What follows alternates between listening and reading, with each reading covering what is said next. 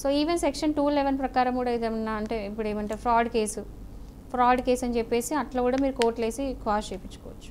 So basically ఇక్కడ జరగాల్సింది ఏంటంటే మీరు వెళ్ళి ఒకవేళ మిమ్మల్ని ఉల్టా మీ వైఫ్ సతాయిస్తుంది అన్నప్పుడు మీరు రిటర్న్ వెళ్ళి కంప్లైంట్ పెట్టండి, మీ వైఫ్ మిమ్మల్ని సతాయిస్తుంది అని చెప్పి, సో ఏమంటారు మిమ్మల్ని వేధిస్తుంది అని చెప్పేసి. సో ఇక్కడ బేసికల్లీ మొత్తం సినిమాలో కావాల్సింది ఏంటో తెలుసా? ఎవిడెన్స్, సాక్ష్యం అంటే కంపల్సరీ వాట్సాప్ చాట్స్ కావచ్చు, వీడియోసే కావచ్చు, ఏమంటారు ఇప్పుడు చాట్స్లో చేస్తూ ఉంటారు కదండి, ఇప్పుడు మాట్లాడుకున్నట్టు తిట్టుకున్నట్టు ఇవన్నీ ఉంటాయి. అలాంటి చాట్స్ లేకపోతే ఏదైనా అరుస్తూ ఉన్నప్పుడు సతాయిస్తున్నప్పుడు వీడియోస్ అలాంటివి తీయడం.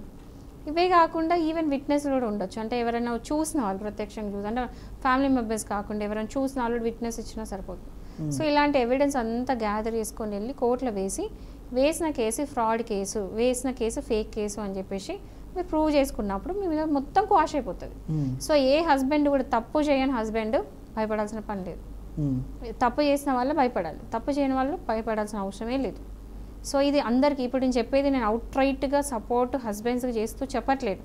నేను ఎవరు చెప్తున్నానంటే అమాయకమైన హస్బెండ్స్ ఏం తప్పు చేయకున్నా కూడా అనవసరంగా కేసెస్ ఇరికిచ్చే హస్బెండ్స్కి సపోర్ట్ చేస్తూ చెప్పిన స్టేట్మెంట్ ఇది.